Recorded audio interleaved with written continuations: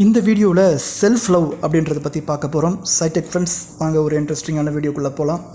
இப்போ லவ் அப்படின்னு நீங்கள் சொல்லும்போது அம்மா என் மேலே காட்டுற அன்பு, அப்பா என் மேலே காட்டுற அன்பு, ஃப்ரெண்ட்ஸ் என் மேலே காட்டுருக்கிற நட்பு, ரிலேட்டிவ்ஸ் என் மேலே வச்சுருக்கிற அக்கறை, நான் ஒரு பையன் மேலே வச்சுருக்கிற லவ், இல்லை நான் ஒரு பொண்ணு மேலே வச்சுருக்கிற லவ், குழந்தைங்க மேலே வச்சுருக்கிற லவ், இது எல்லாமே லவ் தான் இல்லையா? கடவுள் மேலே வச்சுருக்கிறது. ஸோ இது எல்லாமே லவ் தான். பக்தி, பாசம், அன்பு, நேசம், நிறைய வார்த்தைகள் இருக்குது தமிழில். சரி, இதெல்லாம் இருக்கட்டும். நான் அடுத்தவங்க மேலே வைக்கிற லவ்லாம் இருக்கட்டும். ரொம்ப முக்கியமாக ஒன்று இருக்குது. இப்போ நீங்கள் உங்கள் மேலே எவ்வளோ லவ் வச்சுருக்கீங்க? சரிங்களா? நீங்கள் உங்கள் மேலே எவ்வளோ லவ் வச்சுருக்கீங்க? இது ரொம்ப முக்கியமான ஒரு கேள்வி. எத்தனை பர்சன்டேஜ் லவ் வச்சுருக்கீங்க அப்படின்றது நம்ம யோசிச்சு பார்க்க வேண்டிய விஷயம். ஸோ நீங்கள் உங்களை எந்த அளவுக்கு விரும்புகிறீங்க அப்படின்றது ரொம்ப முக்கியமான ஒரு விஷயம். ஸோ இதுதான் செல்ஃப் லவ் அப்படின்னு சொல்ல போது. இதுக்கு முக்கியமாக நான் ஒரு 8 விதமான விஷயங்கள் பண்ண போகிறோம். செல்ஃப் லவ் பற்றி தெரிஞ்சுக்க வேண்டிய விஷயங்களா. ஸோ செல்ஃப் லவ் பற்றி முதல்ல நீங்கள் தெரிஞ்சுக்க வேண்டிய விஷயம் என்ன அப்படின்னாக்கா, செல்ஃப் லவ் ஒரு லீனியராக இருக்காது, அப்ஸ் அண்ட் டவுன்ஸ் இருக்கும். அதாவது நேராகவே போயிட்டுருக்காது. இப்போ என்னை எனக்கு ரொம்ப பிடிக்குன்னு வச்சுங்களேன். என்னை நான் ரொம்ப மதிக்கிறேன், என் மேலே நான் ரொம்ப மரியாதை வச்சுருக்கேன், ஓகேவா? என்னை நான் ரொம்ப அதிகமாக நேசிக்கிறேன், விரும்புகிறேன். என்ன நான், ஓகே, என்ன மற்றவங்க விரும்புகிறாங்களா, என்ன நான் விரும்புகிறேன். இது ஒரே மாதிரியே இருக்காது. சில சமயம் என்ன நானே குறை சொல்ல வேண்டியிருக்கும், என்னை பற்றி நானே திட்டுவேன், என்னை நானே குறை சொல்லிப்பேன், என்னை நானே மட்டம் தட்டுவேன், என்னை நானே தாழ்த்திப்பேன். இந்த மாதிரியும் சில நெகட்டிவான சில எண்ணங்களும் வர ஆரம்பிக்கும். இது மாறி மாறி தான் வரும், சரிங்களா? ஸோ அதனால் என் மேலே எப்பயுமே எனக்கு ஃபுல் லவ் இருக்காது. அப்போ என் மேலே எப்போல்லாம் குறையுதோ அப்போ நான் மறுபடியும் என்னை நான் பாராட்டி, கண்ணாடி பார்த்து என்ன நானே அழகாக இருக்குன்னு சொல்லி புகழ்ந்து, என்னுடைய திறமைகளை பற்றி நானே பாராட்டி என்னுடைய செல்ஃப் லவ்வை இன்க்ரீஸ் பண்ணணும். செல்ஃப் லவ் ஒரே நேர்கோட்டில் அமையாது. இப்போ ஃபோன் யூஸ் பண்ணுறோம் இல்லைங்களா? அந்த ஃபோன் யூஸ் பண்ணும்போது நம்ம சார்ஜ் போடுறோம், 100% சார்ஜ் போடுறோம். அப்படியே இருக்கா? குறையுது இல்லை? மறுபடியும் சார்ஜ் போடுறோம், மறுபடியும் குறையுது, மறுபடியும் சார்ஜ் போடுறோம், மறுபடியும் குறையுது. அது மாதிரி நீங்கள் உங்களை விரும்புகிறீங்க இல்லையா? செல்ஃப் லவ் அது குறைஞ்சிக்கிட்டே இருக்கும். மறுபடியும் அதை ரீசார்ஜ் பண்ணணும், மறுபடியும் அதை சார்ஜ் பண்ணணும். எப்படி சார்ஜ் பண்ணணும்? என்னை நானே பாராட்டுறதன் மூலமாக, என்னை அழகை நானே வர்ணிக்கிறதன் மூலமாக, என்னை நானே உயர்த்தி நினைக்கிறதன் மூலமாக, என்னோடய தகுதிகளை நான் மேம்படுத்திக்கிறது மூலமாக நான் செல்ஃப் லவ் பண்ணணும். இது ஃபஸ்ட்டு விஷயம். ரெண்டாவது விஷயம் என்னன்னாக்கா, அதாவது ஃபஸ்ட் விஷயம், self love is not linear, அதாவது நேர்கோட்டில் அமையாது. ரெண்டாவது விஷயம்னா, செல்ஃப் லவ் பண்ணுறது ஒரு செல்ஃபிஷ் தானே சார். நம்ம எப்பயுமே நம்ம முன்னோர்கள் என்ன சொல்லியிருக்காங்க, அடுத்தவர்கள் மீது அன்பு காட்ட வேண்டும், அடுத்தவர்களை முழுமையாக நேசிக்க வேண்டும், தன்னலம் பேணக்கூடாது, அப்படித்தானே சொல்லியிருக்காங்க. ஓகே, உங்களை நீங்கள் விரும்புகிறதும் முக்கியம்தான், அது செல்ஃபிஷ் கிடையாது. உங்களை நீங்கள் முழுமையாக விரும்ப ஆரம்பிக்கணும். ஏன்னா உங்களை நீங்கள் நல்லா பார்த்துக்கிட்டாதானே உங்கள் ரிலேட்டிவ்ஸை, உங்கள் ஃப்ரெண்ட்ஸை, உங்களை சுற்றி இருக்கிறவங்கள, உங்களை நம்பி இருக்கிறவங்கள பார்த்துக்க முடியும். உங்களை நீங்கள் எல்லாருக்கும் எல்லாத்தையும் செஞ்சுட்டு உங்களை நீங்கள் பார்த்துக்கலனாக்கா அது எப்படியா இருக்கும்? சரியா? அது சரியானதாக இருக்காது. ஸோ ஃபஸ்ட்டு என்ன பண்ணணும், உங்களை நீங்கள் முதல்ல முழுசாக விரும்பணும். அது சுயநலம் கிடையாதுன்றதை புரிஞ்சுக்கணும். உங்களை முழுமையாக பார்த்துக்கும் பட்சத்தில் தான் அடுத்தவங்களை பார்த்துக்க முடியும். மூணாவது விஷயம் பார்ப்போம். செல்ஃப் லவ் டக்குன்னு வந்துடாது. அப்படியே ரேப்பிட் ப்ராசஸ்ன்னு சொல்லிட்டு நினச்ச உடனே அப்படியே வந்துடாது. ஏற்கனவே சொன்ன உதாரணம் தான்.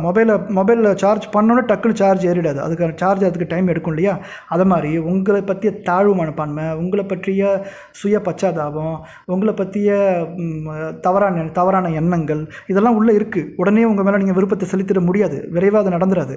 ஸோ கொஞ்சம் கொஞ்சமாக உங்கள்கிட்ட இருக்கிற ப்ளஸ் பாயிண்ட்ஸ் எல்லாம் ஒரு நோட்டில் எழுதி, உங்களுடைய குவாலிட்டிஸு, உங்களுடைய அபிலிட்டிஸ், உங்களுடைய திறமைகள், உங்களுடைய தனித்துவம், யூனிக்னஸ், இதெல்லாம் நீங்கள் ஒரு பேப்பரில் எழுதி, அது நீங்களே உங்ககிட்ட சொல்லி அதை அப்பப்போ பாராட்டணும். இது டைம் எடுக்கும், கொஞ்சம் டைம் எடுக்கும். அதை டெய்லி இதை ப்ராசஸாக பண்ணும்போது ஸோ உங்களுடைய செல்ஃபில் சார்ஜ் ஆகும். ஸோ இது என்னென்னா ரேப்பிட், உடனே பண்ணிட முடியாது, ஸ்லோவாக தான் ப்ராசஸ் ஆகுன்றது நீங்கள் புரிஞ்சுக்கணும். மூணாவது விஷயம். நாலாவது விஷயம் என்ன அப்படின்னாக்கா, செல்ஃப் லவ் பண்ணுறது அவ்வளோ முக்கியமாக சார்? கண்டிப்பாக முக்கியம் தான். இது ரொம்ப இம்பார்ட்டண்டான ஒரு விஷயம். இது இது இல்லைன்னு வச்சுங்களேன், நீங்கள் எதுவுமே பண்ண முடியாது. ஸோ உங்களுடைய திறமைகளுக்கு இது இம்பார்ட்டன்ட் கொடுக்கணும். ஏன்னா மற்றவங்க உங்களை விரும்புவாங்க. நம்ம எப்பயுமே அடுத்தவங்க நம்மளை விரும்பணும்னு தான் நினைக்கிறோம். அவங்க நம்மளை விரும்புறதுக்காக தான் நம்ம நிறைய முயற்சிகள்லாம் பண்ணுறோம். மற்றவங்களுக்கு நம்மளை பிடிக்கிற மாதிரி நடந்துக்கிறது தான், ட்ரெஸ்ஸு போடுறோம், எல்லாம் பண்ணுறோம், ஏன்னா எல்லோரும் விரும்பணுன்றதுக்காக. அவங்களால உங்களை 100% விரும்பவே முடியாது. அவங்களால உங்களுக்கு 100% லவ்வை கொடுக்கவே முடியாது.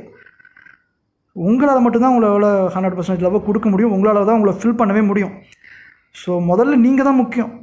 அவங்களால உங்கள் கூட 100% என்ன சொல்கிறது, 24 hours இருக்கவே முடியாது. உங்களை பற்றி நினச்சிட்டே இருக்க முடியாது. நீங்கள் தான் உங்களை நினைக்கணும். நீங்கள் தான் உங்களுக்கு ஃபஸ்ட்டு இம்பார்ட்டன்ஸ் கொடுக்கணும். அடுத்தது வேணால் மற்றவங்களாம் இம்பார்ட்டன்ஸ் கொடுத்துக்கலாம். ஸோ செல்ஃப் இம்பார்ட்டன்ட்ன்றது ரொம்ப முக்கியம். அது ஒரு ஃபார்ம் ஆஃப் செல்ஃப் லவ் தான் அது. அஞ்சாவது விஷயம் பார்ப்போம். செல்ஃப் கேர்ன்றது முக்கியம். செல்ஃப் கேர்னால் ஃபிசிக்கல் கேரை சொல்கிறேன். ஸோ என் உடம்பை நான் எப்படி நல்லா பார்த்துக்கிறேன், ஹெல்த்தியாக வச்சுக்கிறேன், பயிற்சிகள், எக்ஸசைசஸ் பண்ணி, அழகாக பார்த்து, கரெக்டாக ஷேவ் பண்ணி, நீட்டாக ஹேர் கட் பண்ணி, நல்ல ட்ரெஸ்ஸு அயர்ன் பண்ணி போட்டு ஃபிசிக்கல் எக்ஸசைசஸ் பண்ணி க்ளீனாக வச்சு நீட்டாக என்ன நான் எந்த அளவுக்கு என்ன நான் அழகாக பார்த்துக்கிறேன், அன்பை பார்த்துக்கிறேன் அப்படின்றத வச்சு தான் என்ன நான் எப்படி என் ஃபிசிக்கல் என் உடம்பு எப்படி கேர் பண்ணிக்கிறேன்றதை பொறுத்து தான் என்னை நான் எந்த அளவுக்கு விரும்புகிறேன்றதை வச்சு நம்ம கருத முடியும். ஸோ என்னை நான் எப்படி லவ் பண்ணுறது அப்படின்னா என்னை நான் ஃபிசிக்கலாக ஃபிட்டாக வச்சுக்கணும். அதுவே நான் செல்ஃப் லவ் தான். சரியாக சாப்பிட்ணும், சரியாக தூங்கணும், இதெல்லாம் ஓகேங்களா. அடுத்து 6வது விஷயம் செல்ஃப் கைண்ட்னஸ்ன்னு சொல்கிறது. செல்ஃப் கைண்ட்னஸ்னால் டெய்லி கொஞ்சம் நேரம் ஒதுக்கி என்கிட்ட நான் அன்பாக பேசணும், அன்பு காட்டணும். என்கிட்ட அன்பு காட்டுறதுக்கு யாருமே இல்லை. ஏன் நீ இருக்குல்ல, நீ கொஞ்சம் நேரம் உட்காந்து உன்ட்ட அன்பு காட்டு. நானே எப்படி என்கிட்ட காட்டு, நீயே உன்ட்ட காட்ட மாட்டேன்னா மற்றவங்க எப்படி உன்ட்ட காமிப்பாங்க? ஸோ முதல்ல அன்பான, கருணையான, பாசமான, லவ்வபிள்ஸ், ஸ்வீட் வேர்ட்ஸ் டெய்லி உங்கள்கிட்ட கொஞ்சம் நேரம் பேசுங்க. நீங்கள் தான் எக்ஸ்பர்ட், உங்களுக்கு தான் உங்களை பற்றி நல்லா தெரியும். ஐயோ மற்றவங்க என்ன யாரும் புரிஞ்சிக்க வேண்டிய அவசியம் இல்லை. அவங்க எப்படி புரிஞ்சுப்பாங்க? அவங்க வேறு உடம்பு இல்லை, அவங்க வேறு புத்தி, வேறு மனசு, வேறு உடம்பு, வேறு ஒரு அப்பா அம்மாவுக்கு பிறந்தவங்க, வேறு ஊருக்காரங்க, வேறு தெருக்காரங்க, வேறு வீட்டுக்காரங்க. அவங்களுக்கு எப்படி உங்களை புரியும்? உங்களுக்கு தானே உங்களுக்கு நல்லா புரியும். உங்கள்கிட்ட நீங்கள் நல்லா புரிஞ்சுக்கிட்டு உங்களோட கொஞ்சம் நேரம் டெய்லி கொஞ்சம் நேரம் டைம் ஒதுக்கி உங்கள்கிட்ட அன்பான, கருணையான, பாசமான வார்த்தைகளை டெய்லி உங்கள்கிட்ட பேசி உங்களுக்கு நீங்களே ஆறுதல் சொல்லிக்குங்க.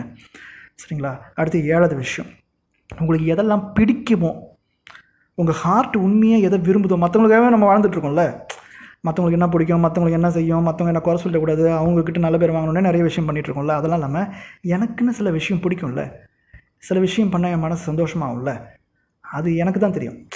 ஸோ என் மனசு எதை விரும்புதோ அதை நான் செய்யணும். செய்யும்போது நான் என்னை நானே செல்ஃப் லவ் பண்ணுறதுக்கு சமம். அது எதை பிடிக்குமோ அதை நான் செய்கிறது, எதை செய்கிறனோ அது எனக்கு பிடிக்கிற மாதிரி பண்ணுறது. உங்களுக்கு புரியுதுன்னு நினைக்கிறேன். அது எதுன்னு உங்களுக்கு தான் தெரியும், நீங்கள் தான் செலக்ட் பண்ணணும். அது ஹெல்த்தியானதாக இருக்கணும். 8வது விஷயம் என்னன்னாக்கா, செல்ஃப் லவ் பண்ணுறது ஏதோ ஒரு ஃபன்னு கிடையாது, ஜாலிக்கு பண்ணுறேன் அப்படின்ற மாதிரி இல்லாமல் உண்மையிலேயே சீரியஸான ஒரு விஷயமாக எடுத்துக்கிட்டு இது முக்கியம், இம்பார்ட்டன்றது நான் ஆல்ரெடி சொல்லியிருக்கேன். இது ஜாலின்றது மறந்துடணும், இது சீரியஸான விஷயம். என்னை நான் விரும்புகிறதுன்றது மற்ற எல்லாரை காட்டிலும் விரும்புகிறத விட ரொம்ப ஒரு சீரியஸான ஒரு விஷயம். என்னை நானே விரும்பலைன்னா மற்றவங்க எப்படி என்னை விரும்புவாங்க சொல்லுங்கள்? ஸோ என்னை நான் விரும்பிடுறேனே, என்னால் தான் என்னை 100% விரும்ப முடியும். ஸோ செல்ஃப் லவ் பற்றி உங்களுக்கு தெரியப்படுத்த விரும்பினேன் இந்த வீடியோவில். முக்கியமாக ஒரு 8 விதமான விஷயங்கள் தெரியப்படுத்தியிருக்கேன். இது நேராக இருக்காது, இது செல்ஃபிஷ் கிடையாது, இது உடனடியாக நடக்காது, இது ரொம்ப முக்கியம். செல்ஃப் கேர் பண்ணுறதும் செல்ஃப் கைண்ட்னஸ் பண்ணுறதும் ரொம்ப முக்கியம். உங்களுக்கு பிடிச்சதை செய்கிறது ரொம்ப முக்கியம். இதை ஃபன்னாக பண்ணக்கூடாது அப்படின்னு ஒரு 8 விஷயம் பார்த்துருக்கோம். நான் ராஜ்குமார், உளவியல் சிகிச்சையாளர். இது கண்டிப்பாக உங்களுக்கு யூஸ்ஃபுல்லாக இருக்கும்னு நினைக்கிறேன். தொடர்ந்து சைக்காலஜி சம்மந்தப்பட்ட வீடியோஸ் உங்களுக்கு அடையணுனாக்கா ஒன்றும் இல்லை, அந்த ரெட் பட்டன் அழுத்தி சப்ஸ்கிரைப் தான் பண்ணிவிடுங்களேன். எவ்வளோ நாளுக்கு நீங்கள் அப்படியே சப்ஸ்கிரைப் பண்ணாமலே பார்த்துட்ருப்பீங்க. சரிங்களா? ஓகே. ஸோ இது பிடிச்சி நான் லைக் பண்ணி வச்சுங்க. செல்ஃப் லவ் பண்ணாத நபர்களுக்கு இதை நீங்கள் ஷேர் பண்ணுங்கள். தேங்க்யூ ஃபார் வாட்சிங். நான் ராஜ்குமார், உளவியல் சிகிச்சையாளர்.